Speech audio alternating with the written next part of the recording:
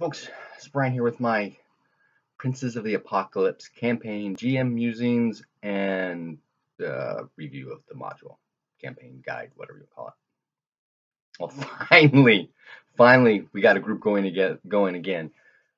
We had the two original players who had the half-drow noble warlock and the half-orc barbarian, Path of the Bear.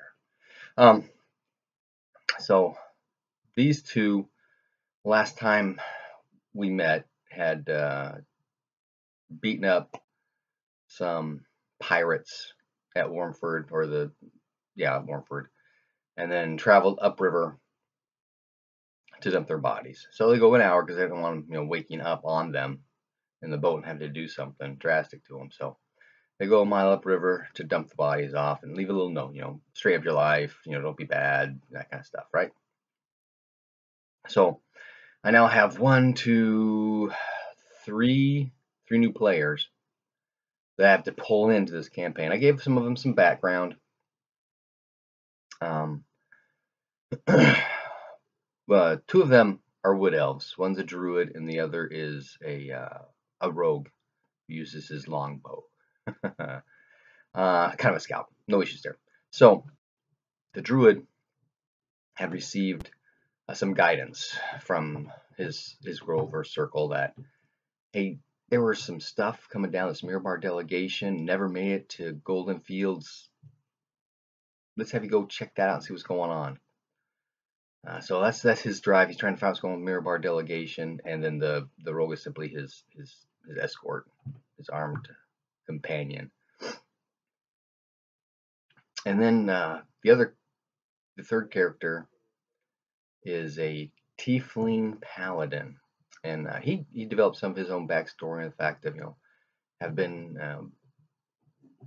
raised, if you will, very, very young, in the bad parts of Waterdeep, got involved in some gang fights because he's trying to be, he's a good guy at heart, but everybody's beating up on him, that kind of thing. But he gets rescued one day by a lawful good fighter, an adventurer type who takes him home, and his wife's a cleric, and they then raise him and teach him about your choices make who you are, not necessarily where you were born or that sort of thing. So he's got this, his motivation is to prove that he is better than what he appears to be, that he is more than the spawn of Asmodeus, that kind of thing. So he latches onto the concept of a paladin, having grown up with this cleric and fighter. So they introduce him to an order. I haven't really decided where. I'm kind of guessing probably from Waterdeep as well, but it could be from further north. This order worships the god of self-sacrifice and courage, I believe it is. I forgot his name. Starts with a T. But so that's his motivation just in life in general. And then I tied him into this order is sending him to Red Larch to contact the storm priest there, who had let them know that there was a half-orc paladin who was trying to hunt down the missing hero's body from the Mirabar delegation, but he disappeared. They have no idea what happened to this half-orc paladin. So either one go to Red Larch, meet with the storm priest, find out what they can about this missing paladin. And so that's his thing. So the elves, they're both wood elves, by the way. Don't remember to mention that. They are heading from the high forest, not too bad, but they're from the north side, so they're coming down the road, and as they're going through the fields, they come across a couple of burned out homesteads, and that leads to a side quest later on with some orc raiders. So they're hitting the road and heading south to Belliard to find out, because that's what they heard was the last place they were seeing. So they get to Belliard and said, yeah, they went south, said they're going to check out these dwarven ruins on the way. And as they go by, they get some sign of the vultures and stuff on the side. So they go over and they find the the ambush site as well. And you know, they notice some things like there's wagon tracks being pulled out. There's other people who've been here moving around doing stuff. The cairn was pulled open. The body was left clothless. And then there's the bugbears as well. Still some remnants of the horses and stuff. So they head down the hill to the river. They see where the barges are pulled up and some of the stuff's going on there. And they're trying to figure out, what do we do? What do we do? What do we do? Trying to find this Mirror Park delegation. So they end up going back to the road, heading south to Summit Hall. They get to Summit Hall, and yeah, they were here. They brought the body back for us, and there's this group, and they describe the party, and so they're not sure what to do, where to go. So he heads back to the forest. They head back to the forest, contact some of the people. Do we know anything more? I mean, we're running into dead ends here. And they suggest, well, maybe some word got down to the Golden Fields, and we should head that way. And so they head back to the road and start heading south towards the Golden Fields. But you know, the road ends at Wormford, so they got to take a barge south, south if they want to continue to the Golden Fields. So they head down to the docks. Okay, go back to the Tiefling. The Tiefling went to Summit Hall, got the word on what happened there, that the body was recovered. So, but the Paladin was with them, and but where'd they go? Well, they went south. So he goes back south, and he had come through the barge right in before. I guess that's the way it goes. Red large barge right in, Summit Hall. So he starts asking questions. The barge right in and says, "Yeah, it was just like a couple days ago. You know, they were here. They just head over to Wormford." So he heads over to Wormford and goes down to the docks and starts asking questions. Oh yeah, you know, everybody knows this half-orc barbarian with the bear cloak thing and the half-drow noble woman. Yeah, they were here. In fact, they took out one of the pirates on the river. Their keel boat, and stole it and took off upriver. Really? Okay. Well, the tiefling's trying to rationalize things. Well, maybe they get a bounty, that kind of thing, because he wants to think good of everybody. So he just starts walking upriver. You know, it's flatlands, prairies and stuff through there, so it's not much of an issue. You can follow the river pretty well. Well, soon after that, these two half-elves show up and Wormford asking questions about these same party guys.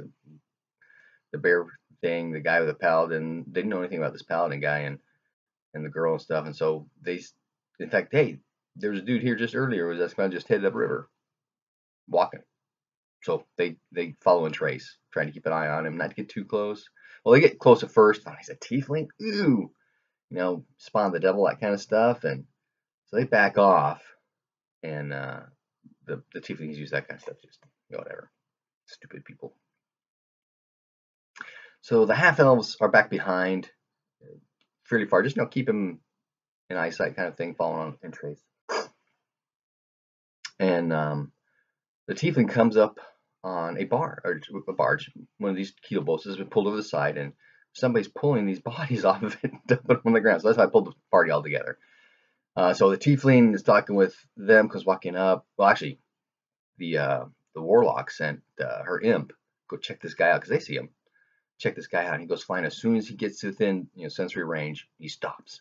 He turns around. He flies right back. Goes, "Mistress, this is one of the master's children." Oh, okay. So the tiefling shows up.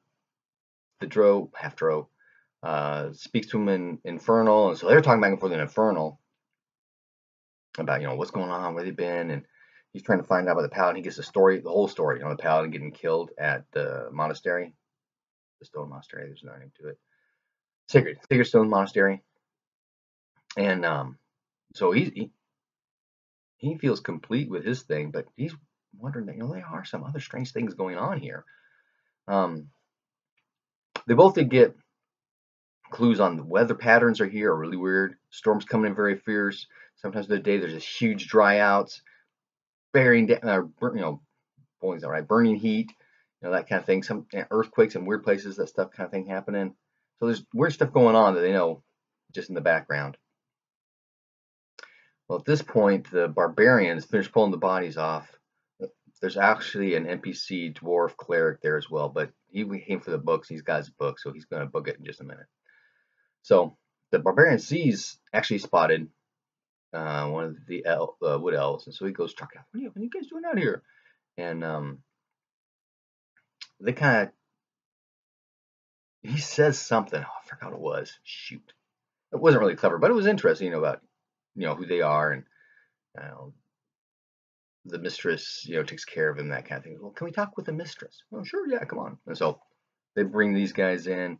So the warlock is speaking in infernal to the tiefling and in elvish to the elves, and he's having a grand old time, playing up his part, making these illusionary stories, or illusionary props for his stories, and telling everybody what's going on. They all get hooked together and go, we really need to investigate. All of them think, we really need to investigate what's going on here. Something's wrong. But we still need to track down Rusty's Mirrorbar guy. The elders thinking, hey, the Mirrorbar guys were ambushed, but the bodies weren't there. None of the Mirrorbar delegation was there, so the Mirrorbar delegation is still alive somewhere. Well, maybe alive, but they're somewhere. We need to find them. And obviously, this whole weather stuff and these other cults, because the party's been ambushed by water cults, so they're called the water cults, and by the Earth cult, because they actually would attack their stronghold. So there's kind of things going on. We need to do something. So they head back to Red Larch. Now the Storm Priest at Red Larch is very conscious of the prejudice against the Tiefling, and so he has already offered a place for the Tiefling stay. Whenever he's in Red Larch, the Tiefling staying at the All Faith Shrine with the Storm Priest. Well, the rest of the party, when they get to town, the Tiefling takes off to the shrine. The rest of the party heads to the bar. And they try to do their little song and dance routine with the magic and the singing and storytelling and stuff, but the rest of the tavern is not too hot on that. Make some rolls. Eventually, they get some not enthusiasm, some interest in their story, and then the darker he tempts that the story's going to get, the more and more people get involved. So the roll said so. So he starts talking about, has anybody ever seen the devil kind of thing. And he starts making this little illusion, and he has his imp appear. And then have him disappear. Got his hands.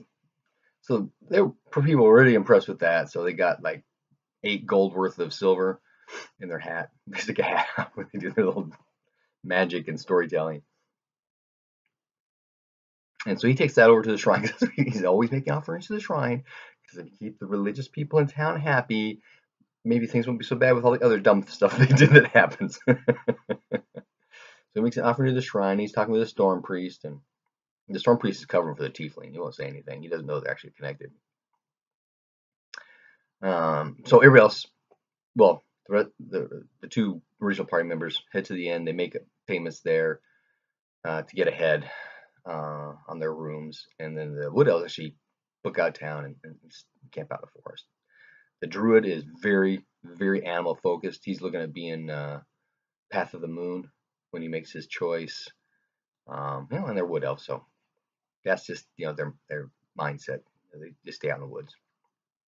And then, before they take off, they make plans. Let's all meet back here together in the morning for breakfast, and then we'll head out. Because as they're all discussing plot lines, the Tiefling was told by the Storm Priest that there was a noblewoman from Waterdeep who had been kidnapped and supposedly held in a tower in the Submarine Hills here. And so the Warlock and the Barbarian, they've seen this tower because they got attacked by water reavers, if I remember right. Right at the southern edge of the hills there. And when that attacked, they noticed there's this tower out there, and these birds flying over there. And with that kind of distance, it's gonna be huge birds, and so maybe we shouldn't go there. But since we got this new story, let's check it out and see if this girl's really there, that kind of thing. So they head to the Sighing Valley. The Warlock sends his imp up there to check out what's up with those flying birds and whatever else he can find out. And after that happens, there's one of these retribution things from the Earth cult that happens. 2 of the Ankig, the giant insect guys.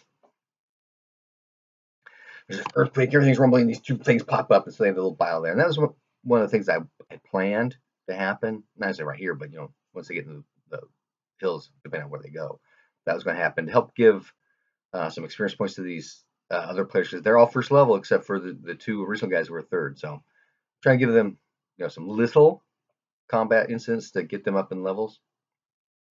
They get some, not enough to get the second level, but they get some experience out of that. Plus, they get to fight and they get to see how combat works, the way I run it. Because this is the first time that 3 of the players have had me as a GM. Okay, so they managed to kill the Acnegs without anybody getting seriously hurt. There were 2 guys that got beat up fairly well. But they end up killing them. It's kind of funny because the Barbarian and the Tiefling's got an 18 armor class, so he's got chain and shield, so he's fairly stable or hard to hit. And the Barbarian, he didn't want to waste his rage on this because he didn't think these insect things were such a big deal, even though they are huge.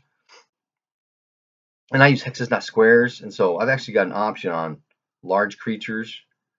In the DM's guide, it shows large creatures with 3 hexes, and then huge with I think it's 8 or 9, 6, maybe 7 hexes.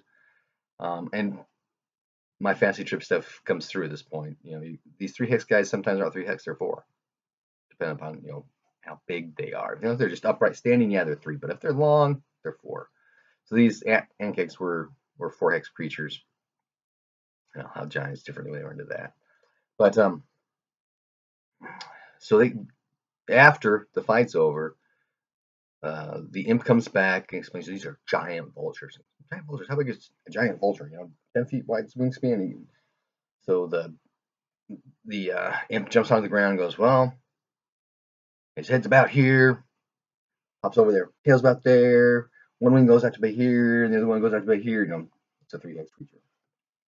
These are big vultures. And so that's kind of concerning. But there's a tower. Let's go check out, just see if the girl is there or not. Let's check it out. So I start heading over there, and instead of going through the valley, which isn't really an option, I mean you can, but when you get to the bottom of the tower, there's gonna be some issues. But there's things in the valley, and I made a couple rolls to see if they notice anything, but they don't. So they've actually got to go up the hills to the top where the crevices, the cliff sides on both sides of this valley. And they wander along because the tower itself, because initially they were going to go through the valley, the tower itself has a land bridge with a drawbridge from the tower, and that's hundreds of feet up from the bottom of the valley. So the only way really to get to the tower properly is to do that.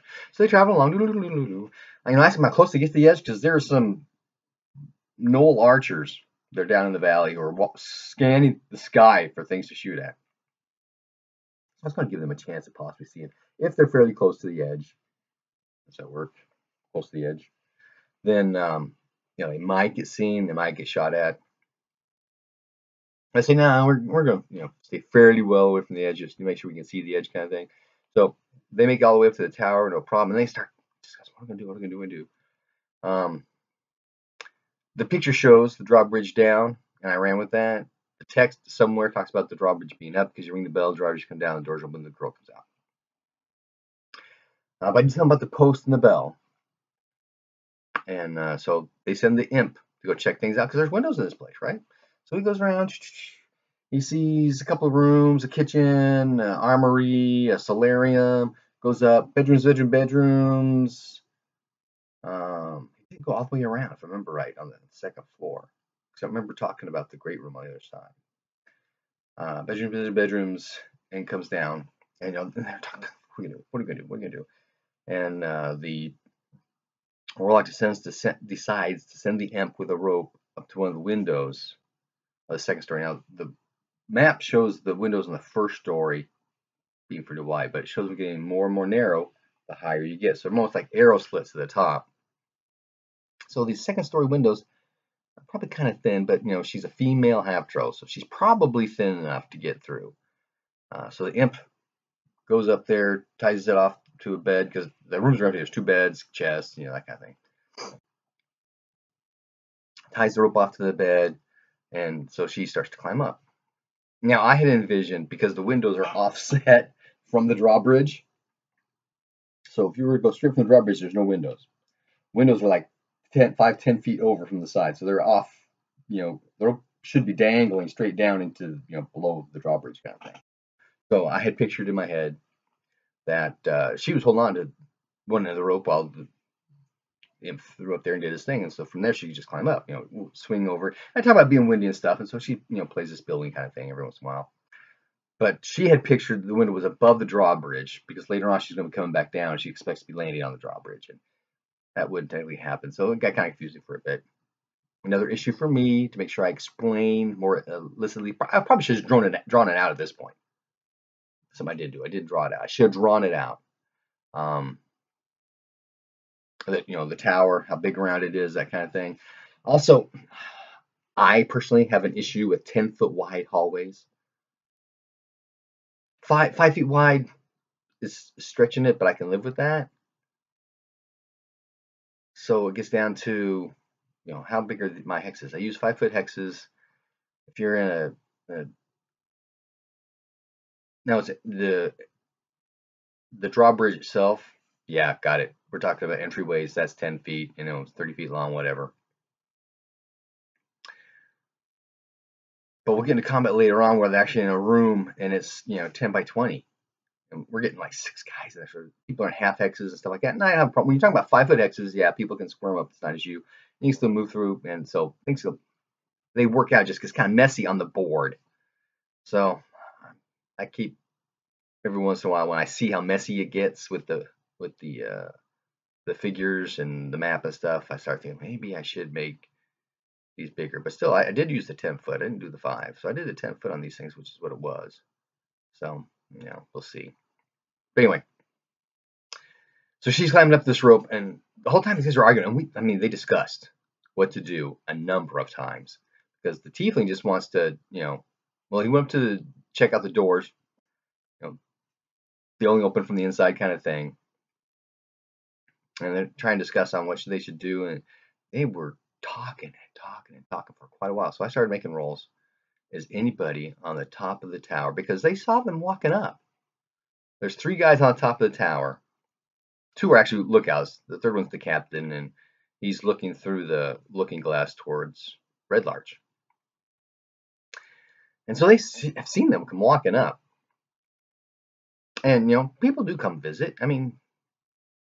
They're always on the hunt for new people to join their chivalric order, the Feathergale Knights, So people come. And since I had the drawbridge down, I figured, they're a little more friendly. Sure, come on up, ring the bell, come on in, that kind of thing. So, but there are these 2 lookouts up on top of the tower, and I keep rolling. Every once in a while they're talking, does anybody even bother to look down and see what's going on? Because normally, if the party is friendly, ring the bell, get introduced. Oh, come on in. You're just in time. We're going for a hunt. Come on upstairs. I'll show you to my captain. And she takes him upstairs and introduces the captain. They have dinner, and then they go for the hunt. It's a real cool scenario. But there's this warlock climbing up a rope, trying to climb it through a window. And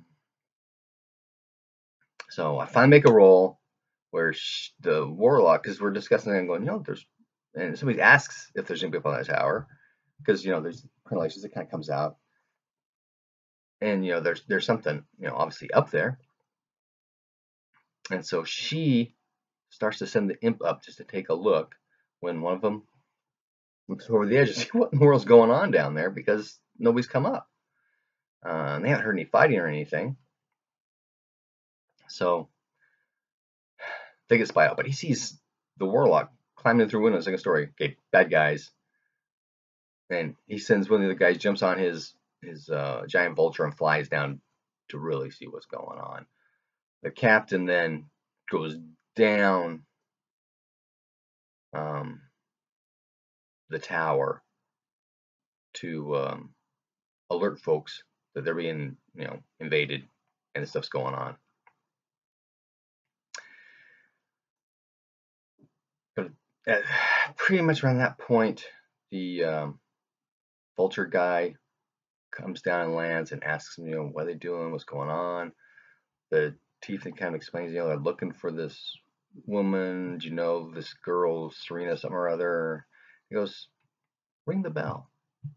So he goes over and he rings the bell, and Serena, the girl they're looking for, opens the door. She comes walking out. She's a Feathergale Knight, and she's their doorkeeper, for lack of a better word, right? Gate guard. but she's got some initiative backup help. And so she comes out, and I had the Tifa make an intelligence roll to see if because he was given a description of her. She remembered, well, she's a woman, and she's between 18 and 40, so could be her. That kind of thing. He misses real badly. So he asked her, hey, are you this person, Serena Belisarius, or whatever her name is? He goes, yes, I am. Why? And then he says, we were told that you were kidnapped and being held captive here. And she goes, my parents sent you, didn't they? And he says, well, he was sent by some people who were told that this had happened. She says, go back and tell them I have not been kidnapped. I'm okay. I found my way. I found my purpose in life. I'm okay. And he says, and the tiefling's trying to think, something we can. He's thinking to himself, is there something besides, yes, I'm okay, and don't worry about me, that he can take back to the parents, right? And so he's trying to talk to her about something more substantial, or as a token or something. Is what I'm thinking. If she can give him a token or something like that. But they ask, it's starting to get late in the day, could they stay here? And normally that would not be a problem. Yeah, come on in. But one of the tower guards is down here with on his giant Velger, right? So she thinks something odd is going on. So she keeps looking at him for guidance. And at one point in the conversation, he gives her a no. And then another point in the conversation, he gives her a little symbol, a signal to do something. So she says, yeah, come on in. So she turns around and she opens the doors and she walks in. And so everybody's following her into the entry chamber, and I start describing it. And, there's her and these two initiates, and, it's like 20 feet long, 10 feet wide, or something like that. But then I start describing this huge iron eagle statue thing above the door. She walks over and pulls the lever. And this is a little trap thing. And the eagle comes swooping down. Everybody's going to make a dodge roll, or they get pushed out, or they get hit for 3d6 damage and pushed out onto the drawbridge. Everybody makes a mistake. That's DC 10. I mean, anybody can make that, right? So they all make their dodge things. And so they start freaking out. What do we do? And the tiefling wants to capture her, so he goes for a grapple on her. The two initiates attack. The bird guy attacks from the other side. At the same time this is going on, they split the party. So we've got two sets of combats going on with stats. And I've shown you before my little spreadsheet thing. I didn't print it out. I was using it off my screen.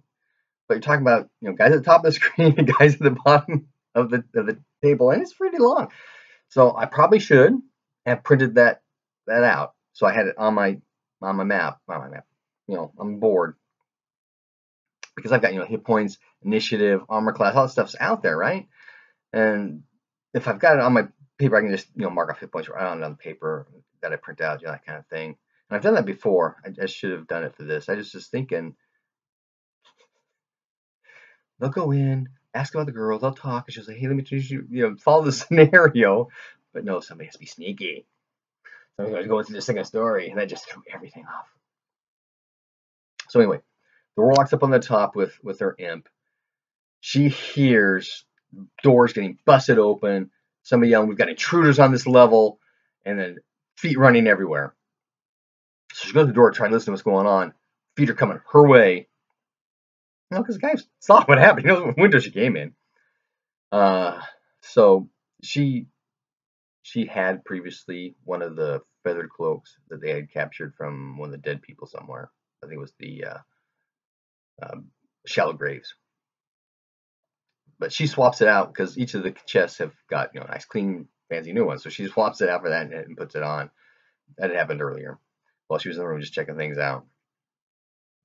So she sends her imp in spider form underneath the door to go attack. And this is one of the confusing things I have with combat with things like a spider.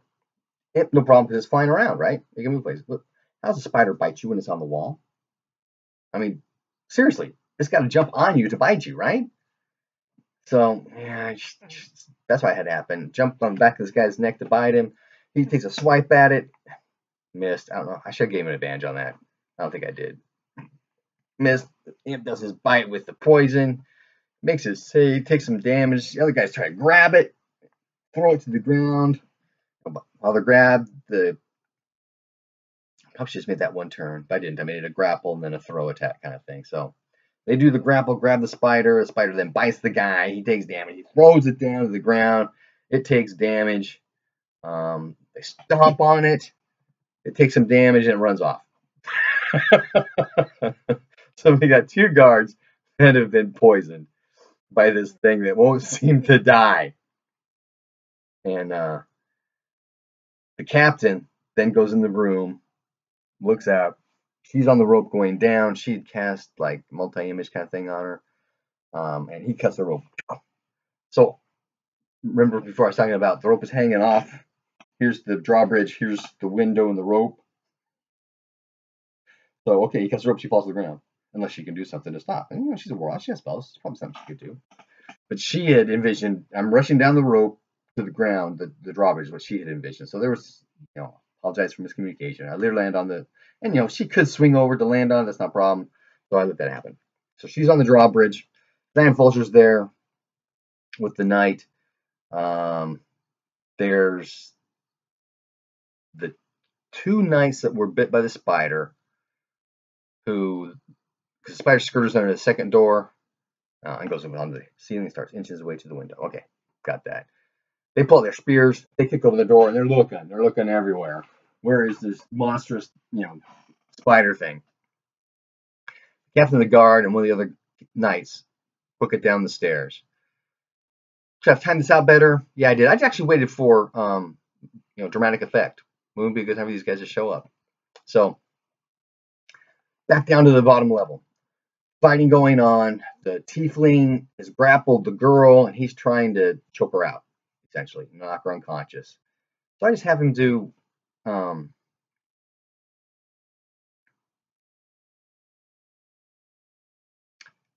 pummeling damage, fist damage. He's got like a +3 damage and does 1 point of damage with a fist, so that's 4 points he's doing on her every round kind of thing. Everybody else is fighting these 2 initiates.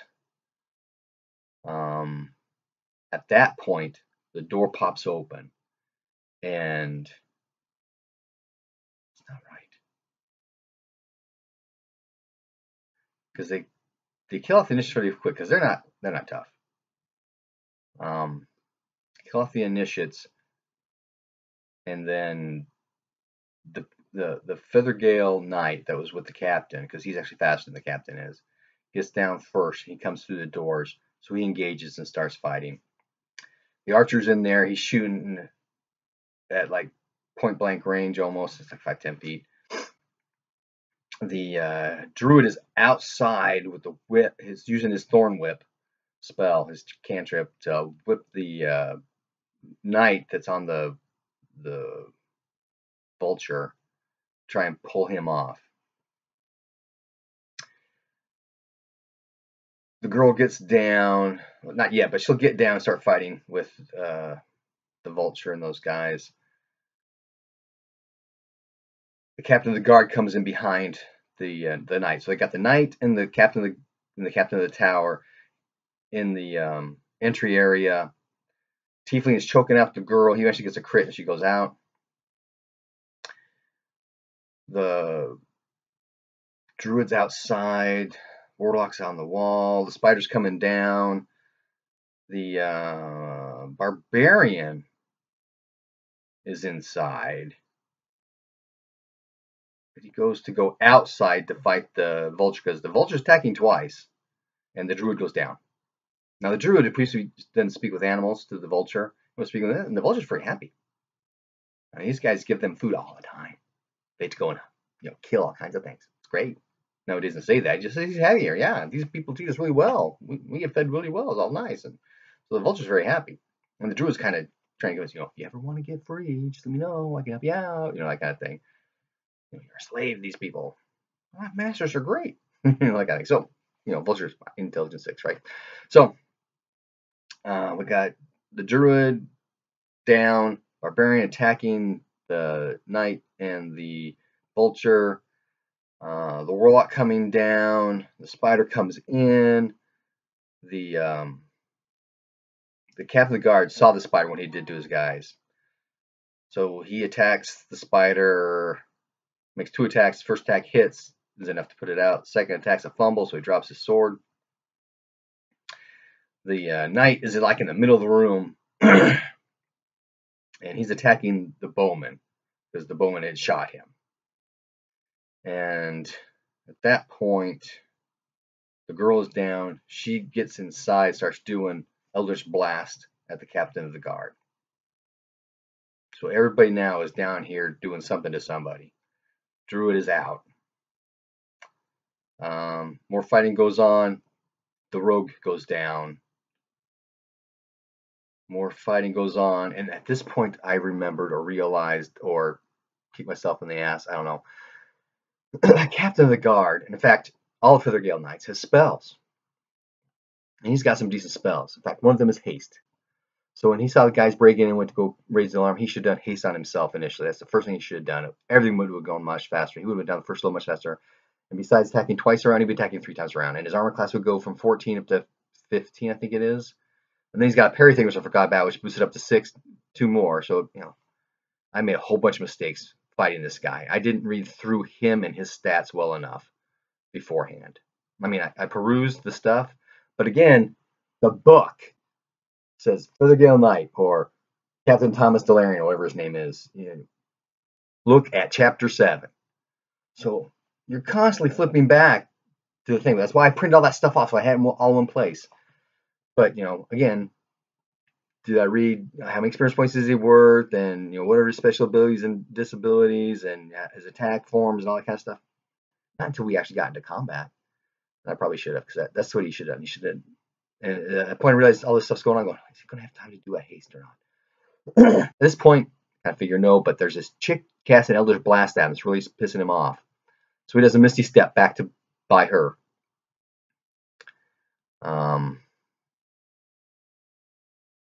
And at that point, everybody kind of turns on him.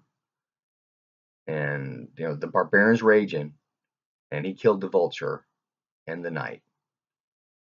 And so he turns and he's attacking the captain. The girl with the Eldritch Blast is running by.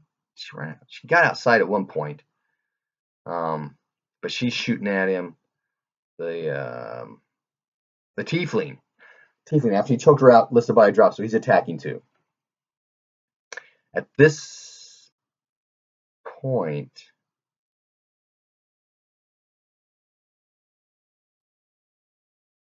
no, they take the captain down.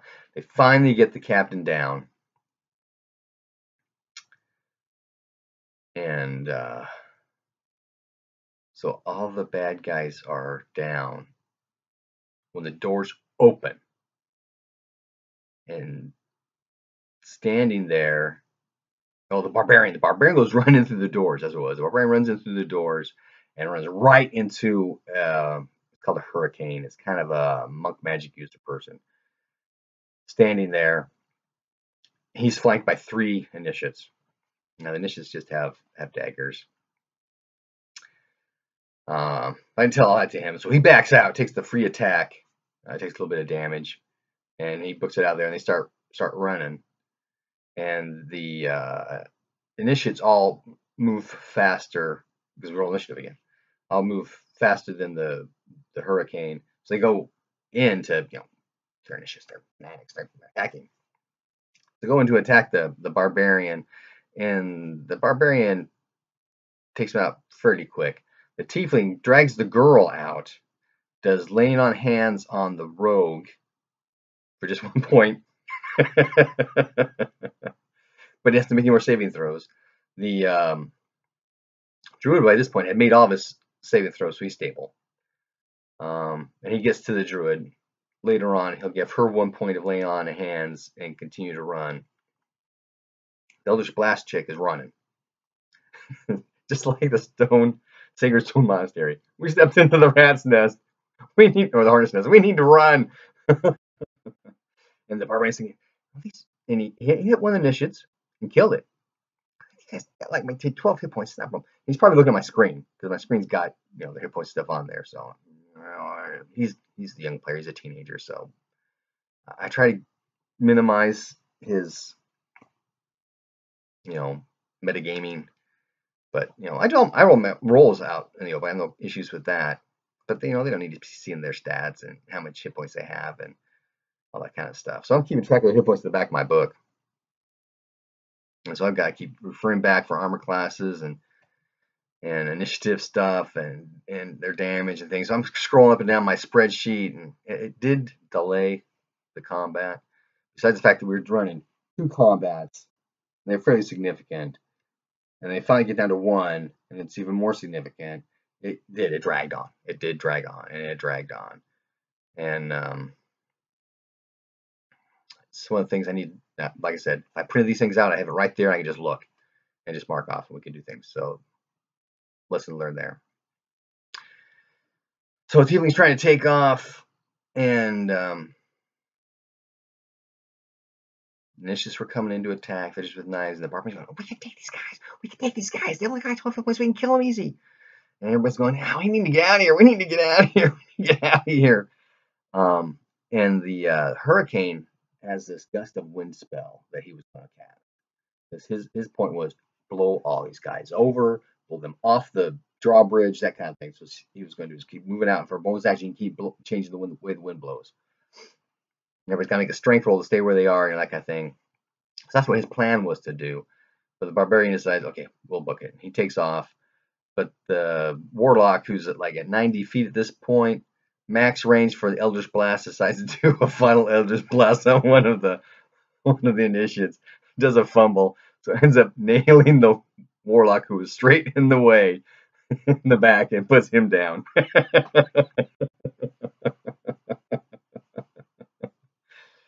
Oh man!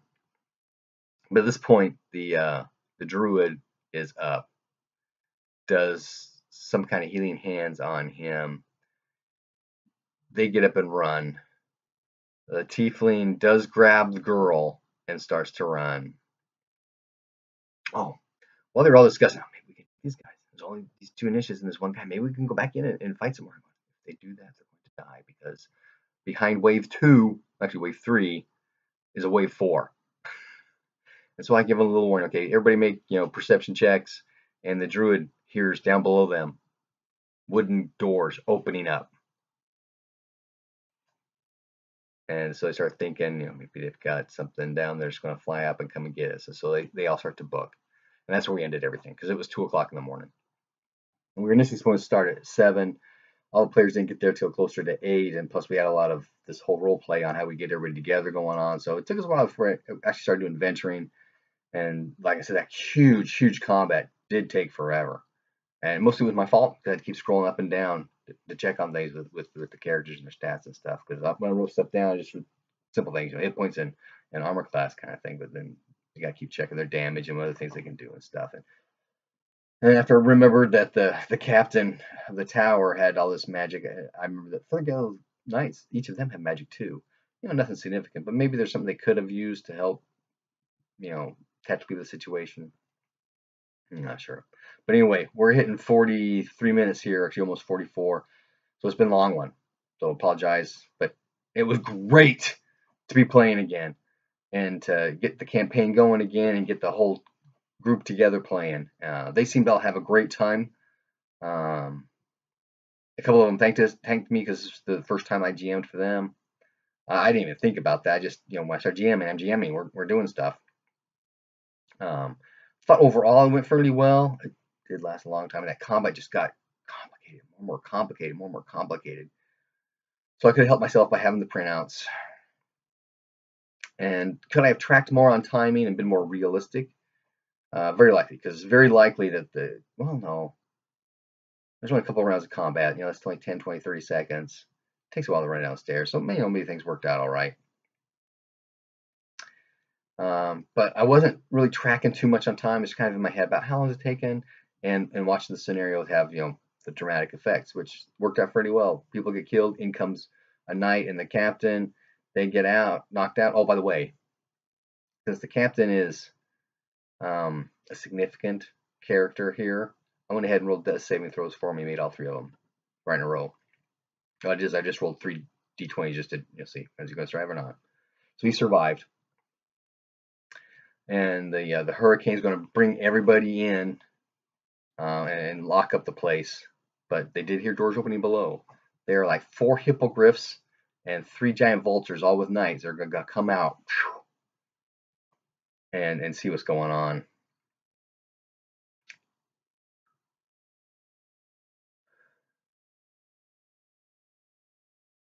I'm not sure if they know they had kidnapped Sarnia or not, the girl. That's something we'll have to role play out. But that's what's going to happen. My intent is for these guys to just surround them, leave our night, and you can go. Or you can all die here now. That kind of thing. So they've got 3 characters with 1 hit point each. And a couple have been beat up a little bit. And these are all fresh guys. So that's my intent. I don't want the Feathergale Knights to be, you know, vicious or anything. And they're not really portrayed that way. I tried to review, how does this cult act? Who do they hate? That kind of thing. What do they want to do? And so, they've got, an image to portray. So that's how next round or next time we'll start is with the party getting not ambushed but surrounded. Hey, thanks for listening. If you got any comments, and again, the book itself, one of my greatest complaints is you got to keep flipping to the back for stuff, and nothing is sequential. You have the tower, and then you have the valley. Why not have the valley first? You hit the valley before you hit the tower. Have the valley first, then the tower. That's just one little teeny thing in chapter 3 or where it is. So, again, layout on this thing sucks, unfortunately. My opinion. And it would be much more helpful to have more stat blocks around. But I can see where when you've got 25 Feathergale Knights, you don't want to fill up 25 pages of stat blocks, right? So you stick one stat block in the back, they Xerox it or whatever. Yeah, okay, I get it. That's what happens. But individual unique NPC types, they're all thrown in the back too. It'd be more helpful to have them when they're mentioned. So GM musings, I need to print out my stuff so I've got it instead of looking at my scroll up and down my spreadsheet. Book complaints, order stuff in the back, run down the scenario. I thought actually ran fairly well, even though it did go long. And everybody did seem to, like I said, have a good time. And most of them are here just to roll dice and kill things. Some of them want to do some role playing. We got to get some of that done too, or they'll take role playing seriously enough that they'll be involved, which is a good thing. But it's what, session 7, I think, or 8? I think it's 7 of my campaign for Princes of the Apocalypse.